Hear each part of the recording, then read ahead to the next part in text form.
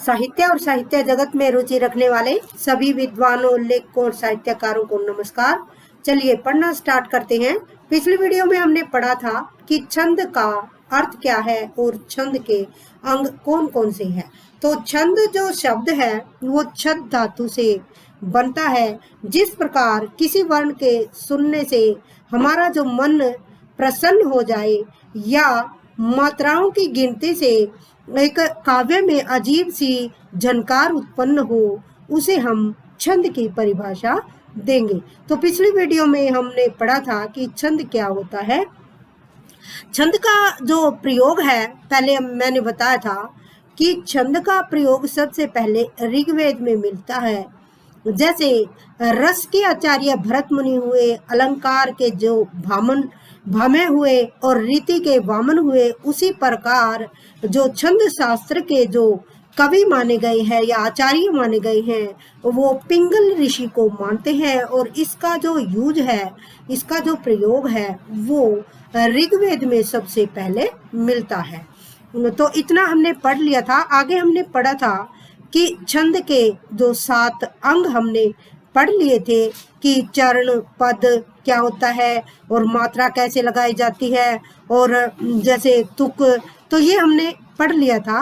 आज का जो हमारा जो विषय है, हम वर्णिक छंद कौन कौन से हैं और मात्रिक जो छंद कौन कौन से हैं, तो इसके विषय में हम पढ़ेंगे कौन कौन से जो छंद है वो वर्णिक छंदों में प्रयोग किए जाते हैं और कौन कौन से जो छंद है वो जो मात्रिक छंदों में प्रयोग किए जाते हैं।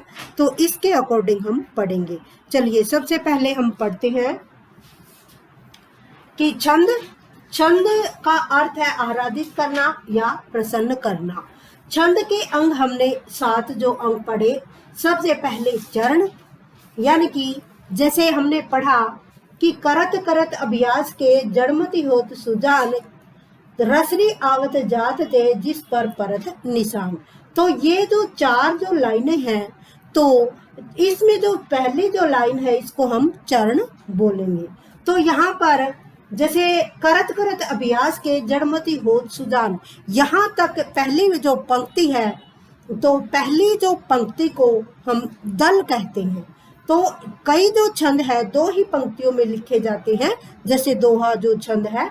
तो इस प्रकार जो पहला जो चरण है तो वो यहाँ तक है करत करत अभ्यास के।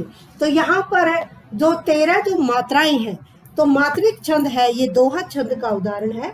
यहाँ पर 13 और 11 पर यति होती है, तो इसी को हम बोलते हैं कि चरण हमने बता दिया। फिर नेक्स्ट है कि वर्ण और मात्रा। वर्ण जैसे कई जो छंद है वर्णों पर आधारित होते हैं और कई जो छंद है वो मात्राओं पर आधारित होते हैं। तो वर्णिक छंद कौन कौन से हैं और मात्रिक छंद कौन कौन से हैं, ये हम पढ़ेंगे। फिर नेक्स्ट है संख्या और क्रम, कि कहाँ पर लघु वर्ण आएगा और कहाँ पर जैसे जो मात्रा आएगी। तो इसका जो यूज है वो हम संख्या और क्रम के रूप में याद करेंगे। नेक्स्ट है गण। कल वाली क्लास में बताया था कि 3 अक्षरों के समूह को गण माना गया है। और गण जैसे इसका एक सूत्र हमने याद किया था, यह माता राजभान सलगा। तो ये जो गण है यानी कि 3 अक्षरों का एक समूह, वो गण कहलाता है। नेक्स्ट है गति। गति का अर्थ है कि जो छंद है किस प्रकार गति कर रहा है, कैसे। जैसे किसी ने कह दिया दिवस का अवसान था समीप, तो यहाँ पर थ जो वर्ण है वहां पर ठहराव आ गया, दिवस का था अवसान समीप। तो और किसी ने कह दिया दिवस का अवसान समीप था, तो यहाँ पर ठहराव की जो गति है उसको हम गति बोलेंगे। यति होता है यति या विराम, कि हमें कहाँ पर रुकना है। कि जैसे करत करत अभ्यास के, तो यहाँ पर एकदम यति आ गई, तो 13 वर्णों पर यति ये दोहा छंद में आ गई, तो इसको हम यति बोलेंगे। और नेक्स्ट है तुक। अब तुक क्या होता है? तुक जैसे कि हमने कोई दोहा या रोला किसी भी छंद का हम उदाहरण पढ़ते हैं, तो जैसे किसी दोहे के अंदर तो किन वर्णों पर जैसे तुकबंदी होगी।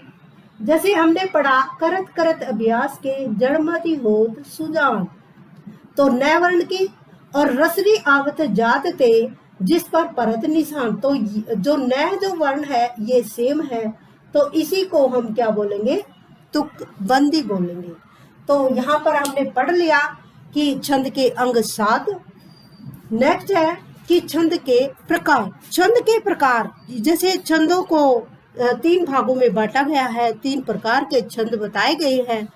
उसमें सबसे पहले वर्णिक छंद है। वर्णिक छंद के अंतर्गत जैसे वर्णों की गणना की जाती है वर्णिक छंद में, कि जहाँ वर्णों की गणना की जाए और लघु और गुरु को कैसे पहचाना जाए, कि जैसे लघु जो वर्ण को खड़ी पाई वाले जो निशान से समझा जाए, जो व्यंजनों में हम लगाते हैं, और गुरु को हम एस टाइप के निशान से हम जानते हैं।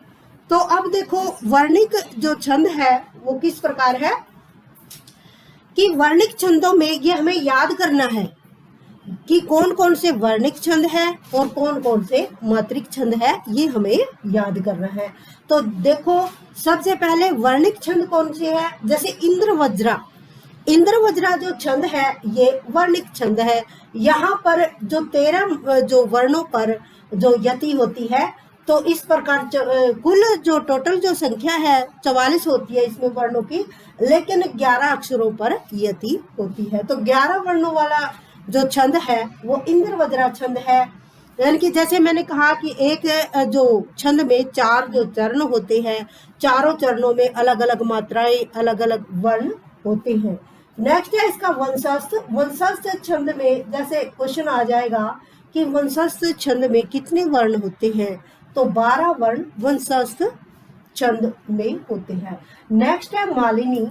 मालिनी जो छंद में जो वर्ण है वो 15 जो वर्ण है 8 और 7 पर जिसकी गति होती है, और मंदाक्रांता और शिखरणी छंद है, इनके जो नियम है वो अलग अलग है। मंदाक्रांता और शिखरणी जो छंद है वो अलग अलग है, और इसमें जो वर्णों की संख्या है वो कितनी होगी, 17। फिर है शार्दुल विक्रीड छंद। शार्दुल विक्रीड छंद में वर्णों की संख्या कितनी है, 19। फिर है नेक्स्ट है सवैया। जैसे हमने तुलसीदास जी के सवैये, सूरदास जी के सवैये और मीराबाई के सवैये हमने क्लास में बिल्कुल अच्छी तरह से पढ़े हैं। तो ये सवैया जो एक वर्णिक छंद है, और इसमें जैसे 12 और 26 अक्षर हो सकते हैं, यानी कितने वर्ण हो सकते हैं, 22 से 26 तक हो सकते हैं। नेक्स्ट है कि ये जो सवैया जो छंद है हमारे सिलेबस में है। नेक्स्ट है कवित और मनहरण। कवित और मनहरण एक ही बात है।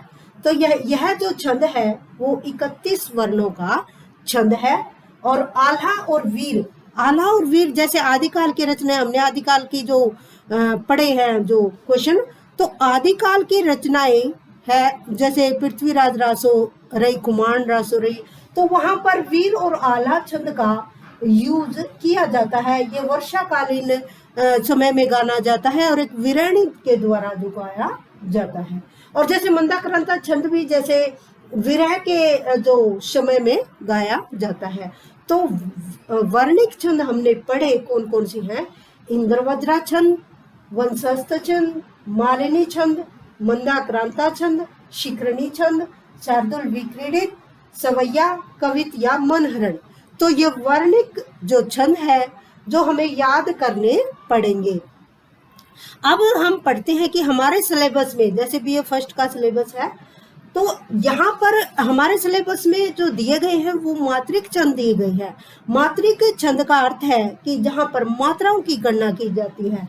तो यहाँ पर जैसे वर्णिक छंद में जैसे किसी ने कहा लघु वर्ण और जैसे गुरु वर्ण, तो यहाँ जो मात्राएं हैं जैसे वर्ण कितने गिने जाएंगे, यहाँ 2 वर्ण गिने जाएंगे, जैसे कि लघु और ये गुरु, तो ये दो जो अक्षरों में गिने जाएंगे, तो इसकी जो संख्या होगी वो 2 होगी। और जो मात्रिक जो छंद में जैसे लघु और गुरु, तो इसमें जो संख्या होगी वर्णों की वो 3 मानी जाएगी। तो यहाँ पर 2 मानी जाएगी वर्णों की संख्या और यहाँ पर मात्राओं में 3 मानी जाएगी। कई बार यही हमारे समझ में नहीं आता और जैसे व्यक्ति की उम्र ही निकल जाती है लेकिन जो छंदों का खेल समझ में नहीं आता। तो मात्रिक छंदों में जो हमारे सिलेबस में है, देखो कि दोहा छंद है। दोहा छंद हमारे सिलेबस में है, तो दोहा छंद हमें याद करना पड़ेगा। नेक्स्ट है सोरठा, सोरठा भी याद करना पड़ेगा। तो अब देखो, जैसे दोहा छंद 13 और 11 पर यति होती है। यति का अर्थ मैंने बता दिया कि विराम या रुकना, कि कहाँ पर जो गाने वाला है वो किस प्रकार जो यति लेगा या रुकेगा। तो सोरठा, दोहा और सोरठा उल्टे होते हैं। जैसे 13 वर्णों पर जैसे विराम हो गया या यति हो गई, जैसे 13 और 11 पर।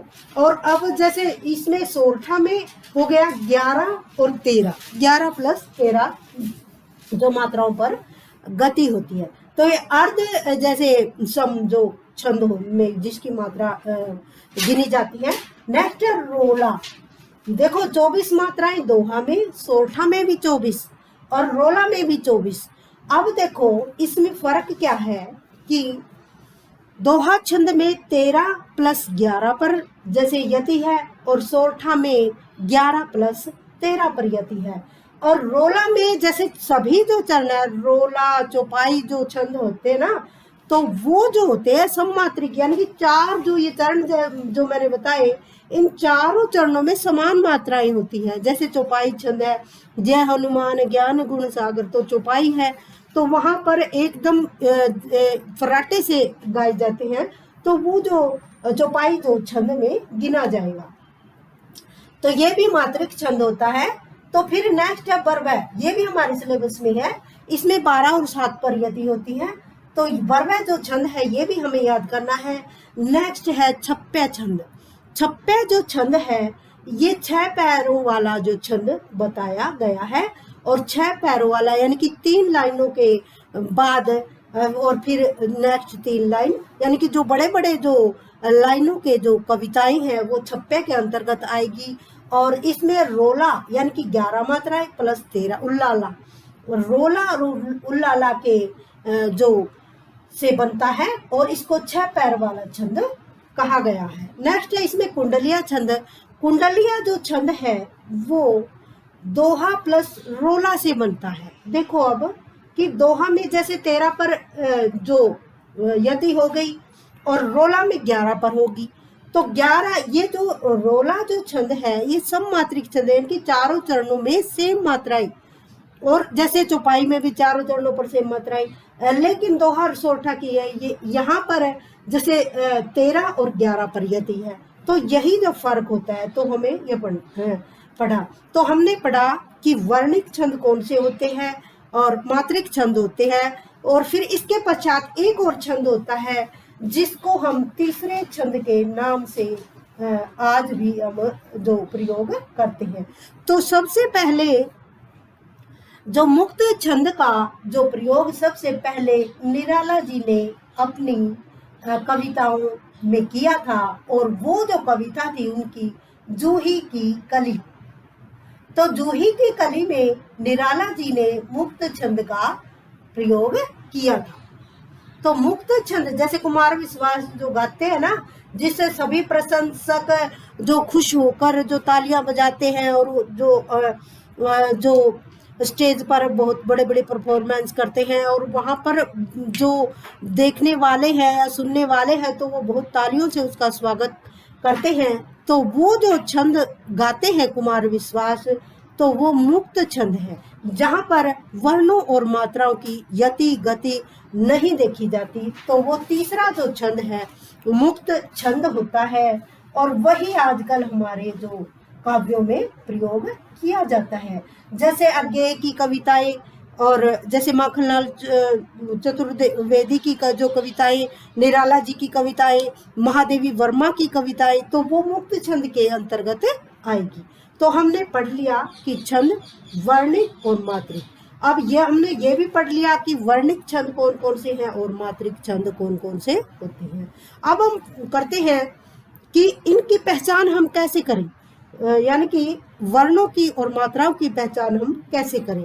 तो इसकी जो पहचान हम लघु और गुरु जो वर्ण के माध्यम से हम करेंगे।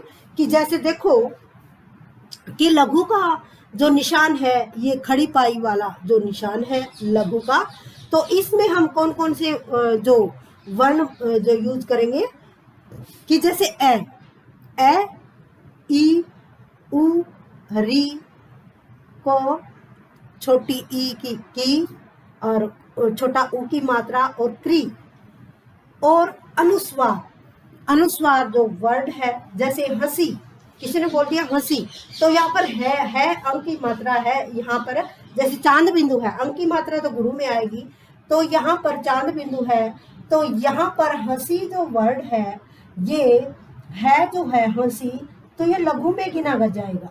और हंसी में ये यहाँ पर बड़ी ई की मात्रा है, तो ये गुरु में गिना जाएगा। कि देखो बड़ी ई की मात्रा ये रही। तो फिर जैसे किसी ने बोल दिया चांद जो वर्ड है, तो ये गुरु में गिना जाएगा, ठीक है। और द जो वर्ण है ये लघु में गिना जाएगा। और इसी प्रकार इसमें कई अक्षर और है कि जो छंद शास्त्र में एक और नियम है कि एक तो आधा जो अक्षर होता है वो गिना नहीं जाता। यानी कि आज किसी ने बोल दिया कृष्ण जो जब बोल दिया, तो देखो री की मात्रा कहाँ आएगी, लघु में आएगी, कृष्ण, तो आधा वर्ण गिना नहीं जाएगा। तो इसका जो निशान है वो कैसे लगाएंगे हम, लघु और यहाँ भी लघु, तो लघु और लघु कृष्ण। नेक्स्ट है इसमें अतः, यानी कि विसर्ग युक्त जो वर्ण है। और जैसे अधः बोल दिया, किसी ने बोल दिया सत्य, तो स वर्ण और त आधा वर्ण गिना नहीं जाएंगे। किसी ने बोल दिया नित्य, किसी ने बोल दिया भव्य, तो ये जो वर्ण है लघु वर्ण की, जैसे जो प्रयोग किए जाते हैं लघु वर्ण के अंतर्गत। नेक्स्ट है कि गुरु की मात्रा में कौन कौन से वर्ण यूज किए जाते हैं। जैसे आ की मात्रा वाले जो वर्ण है, तो आ, ई, बड़े ऊ की मात्रा, ए की मात्रा, आई की मात्रा, ओ की, औ की और अंक की मात्रा, और इसमें संयुक्त अक्षर से पहले का वर्ण।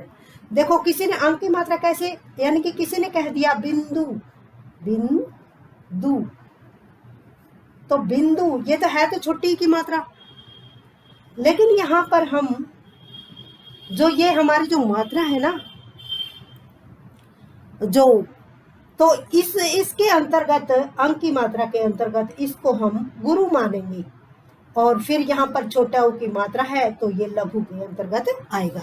तो इस प्रकार यदि मात्राओं में हम इसको गिनेंगे तो 3 वर्ण हो गए, और लेकिन हम वर्णों में इसको गिनेंगे तो 2 हो गए। तो ये छंद शास्त्र का सबसे जो सुलझा हुआ जो वर्ण नहीं है, ये बातें नहीं है कि जो आज तक हमें समझ में नहीं आता है। तो अब देखो किसी ने कह दिया कि संयुक्त अक्षर से पहला वर्ण, तो किस पर क्या होगा, गुरु होगा। संयुक्त अक्षर से पहला वर्ण कौन सा होगा, गुरु होगा। जैसे किसी ने बोल दिया करम, तो करम बोल दिया, तो मैं जो वर्ण है, मैं के ऊपर जो र है, तो ये गुरु नहीं कहलाएगा, बल्कि गुरु कौन सा कहलाएगा, कै वर्ण कहलाएगा। गुरु कै वर्ण कहलाएगा और मैं जो है ये लघु में गिना जाएगा। इसी प्रकार धर्म। तो हमने पढ़ा कि छंद के अंग, छंद का अर्थ होता है प्रसन्न करना, मन को आह्लादित करना, मन में एकदम झनकार से उत्पन्न होना, जिन वर्णों से या मात्राओं से हमारा जो मन प्रसन्न हो उठे।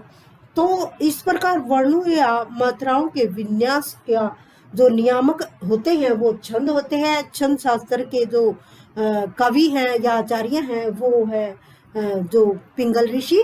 तो इस ऋग्वेद में जैसे सबसे पहले प्रयोग किए गए छंद, तो हमने छंद के जैसे अंग हमने पढ़ लिए। सबसे पहले चरण, वर्ण और मात्रा, संख्या और क्रम, गण, गति, यति और विराम और तुक। तो ये हमने अंग पढ़ लिए। फिर है छंद के प्रकार कि जहाँ पर वर्णों की या मात्राओं की गणना की जाए। वर्णिक छंदों में हमने पढ़ा इंद्रवज्रा छंद, वंशज छंद, मालिनी छंद, मंदाक्रांता छंद, शिखरणी, शार्दुल विक्रीडित, सवैया, कवित और मनहरण। अब देखो इन वर्णिक छंदों में हमारे सिलेबस में है सवैया है और कवित मनहरण। जैसे मीराबाई के हमने पद याद किए थे ना क्लास में, तो वो कवित। और आला और वीर जैसे आदिकाल में जो प्रयोग किया जाता है, तो वीर जो छंद का प्रयोग किया जाता है। तो यहाँ पर वर्णों की गणना की जाती है, तो ये इतना याद कर लेना। नेक्स्ट है मात्रिक छंद। मात्रिक छंद में हमने दोहा, सोरठा, रोला, बरवे, छप्पे।